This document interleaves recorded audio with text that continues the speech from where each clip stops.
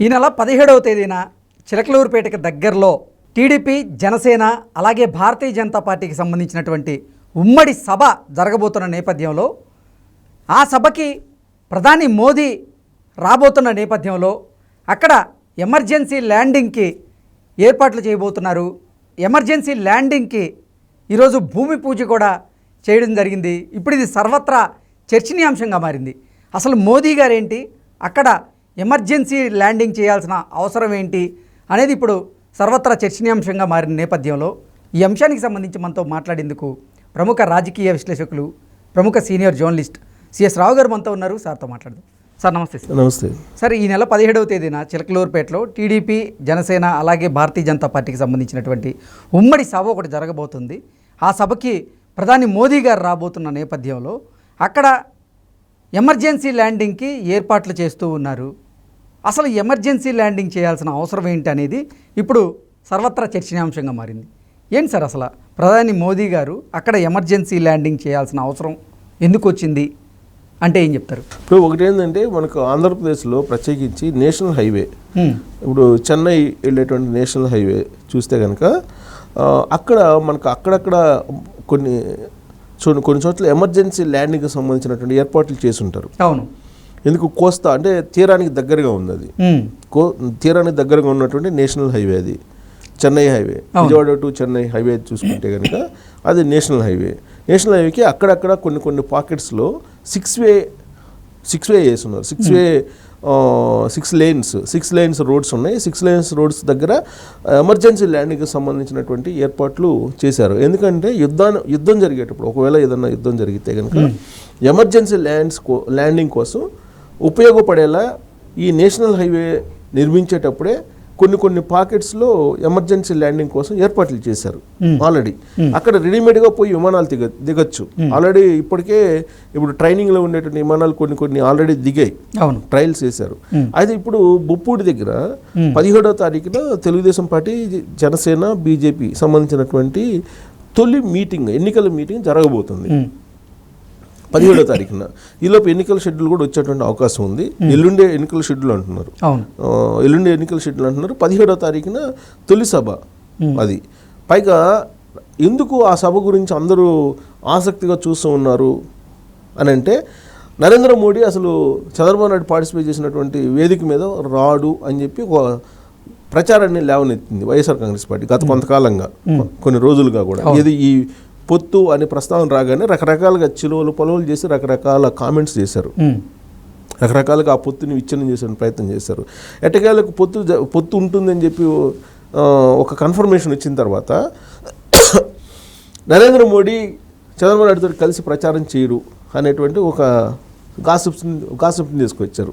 అసలు పొత్తు అంటేనే అందరు కలిసి ప్రచారం చేసేటువంటి వేదిక. అవును. సో ఆ గాసిప్స్ అబద్ధము అని చెప్పి చెప్పడానికి ఆ సభలో చాలా కాలం తర్వాత ముగ్గురు ఒకే వేదిక మీద కనపడబోతున్నారు. పవన్ కళ్యాణ్, చంద్రబాబు నాయుడు, నరేంద్ర మోడీ. ఆ సభ వైపు అందరూ చూస్తున్నారు. ప్లస్ ఇంకోటి ఏంటంటే, సిద్ధం సభలు ముగిశాయి. సిద్ధం సభలు 4 రకాలుగా విభజించి పెట్టుకున్నారు రాష్ట్రాన్ని. ఎట్టా?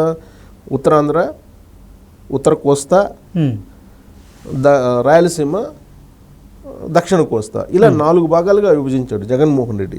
4 భాగాలుగా విభజించి 175 స్థానాల్లో సుమారుగా 44 అలా విభజించేసి సుమారుగా 40, సగటున 44 కాన్స్టిట్యున్సీలకి ఒక చోట పెట్టాడు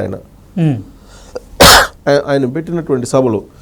కానీ కదలిరా అనేటువంటి కార్యక్రమం ఉంది కదా, ఎవరు? చంద్రబాబు నాయుడు పెట్టింది. ఆయన కాన్స్టిట్యున్సీ వైజ్ పెట్టారు. పార్లమెంట్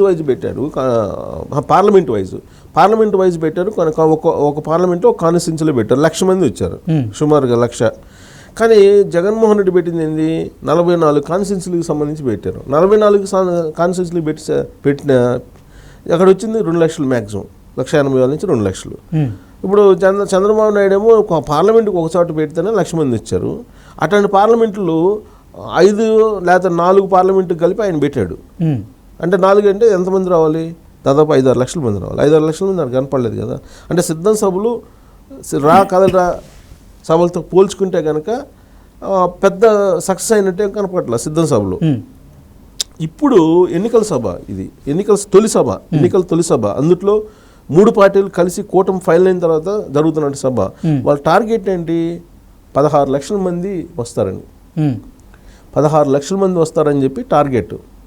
ఇతర రాష్ట్రాల్లో ఉండేటువంటి తెలుగుదేశం పార్టీ శాఖలు కూడా వస్తాయి అని చెప్పి వాళ్ళ అంచనా. 16 లక్షల మందికి ఏర్పాట్లు చేస్తున్నారు వాళ్ళు అక్కడ. సో బొప్పూడి దగ్గర జనరల్గా సెంటిమెంట్ ఏంటంటే చంద్రబాబు నాయుడికి చాలామందికి తెలియనటువంటి విషయం, అక్కడ బొప్పూడి, గుంటూరు అలాగే ప్రకాశం జిల్లా మధ్య బొప్పూడి అనేటువంటి ఒక విలేజ్ ఉంది. నేషనల్ హైవేలో దాన్ని ఆనుకొని ఒక హనుమాన్ టెంపుల్ ఉంటుంది. ఆ హనుమాన్ టెంపుల్ దగ్గరికి పూజ చేస్తారు ఎప్పుడైనా సరే. చంద్రబాబు నాయుడు ఏ కార్యక్రమానికి వెళ్ళినా డెఫినెట్గా బొప్పూడి ఆంజనేయ స్వామి దగ్గర పూజలు చేయకుండా వెళ్ళరు. ఓకే, అక్కడ పూజలు చేస్తారు. పైగా అక్కడ సెంటిమెంట్ కూడా ఆయనకి, బొప్పూడి ఆంజనేయ స్వామి దగ్గర పూజలు చేసి ప్రచారం మొదలు పెడితే సక్సెస్ అవుతుందని చెప్పి నమ్మకం ఆయనకి. సో అందుకని ఆ బొప్పూడి దగ్గర ఈ సభను పెట్టారు. చిలకలూరుపేట మార్టూరు మధ్యలో ఉంటుంది సుమారుగా. సో బొప్పూడి అనేటువంటి దగ్గర పెట్టారు. చిలకలూరుపేటకు ఆనుకొని ఉంటుంది దగ్గరలో కొంచెం. సో అక్కడ ఒక పెద్ద భారీ బహిరంగ సభ పెట్టిన సందర్భంగా జనరల్గా ఏంటంటే హెలిప్యాడ్లు వీటన్నిటిని ఏర్పాటు చేస్తూ ఉంటారు. ఇప్పుడు జగన్మోహన్ రెడ్డి ఎక్కడికి పోయినా కానీ హెలిప్యాడ్లని ఏర్పాటు చేసుకున్నాడు.